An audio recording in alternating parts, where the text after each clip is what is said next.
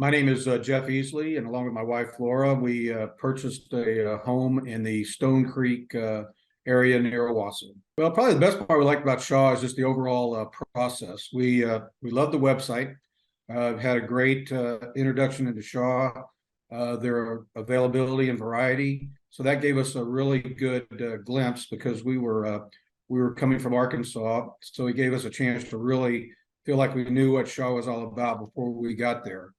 And so that was real helpful. So the process, we liked, again, the preliminary process, becoming familiar with Shaw.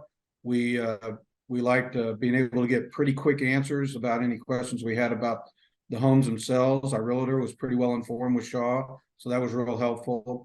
And then even during the preliminary closing, the chance to meet at the site, walk the house, understand the features, and then the follow up, which were minimal on little things that we noticed, was also very good. I'm a fairly experienced homeowner, owned 11 homes across various states.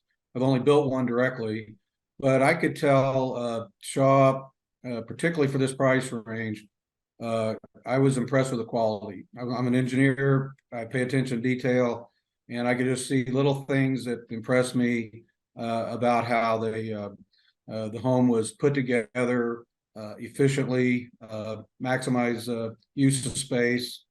And so, yeah, I think overall you can just kind of tell if you've got the experience that a home is well built and well designed, and I could see that pretty quickly. Well, I'd say that yeah, you should definitely consider it. They have a good variety of homes to meet your needs.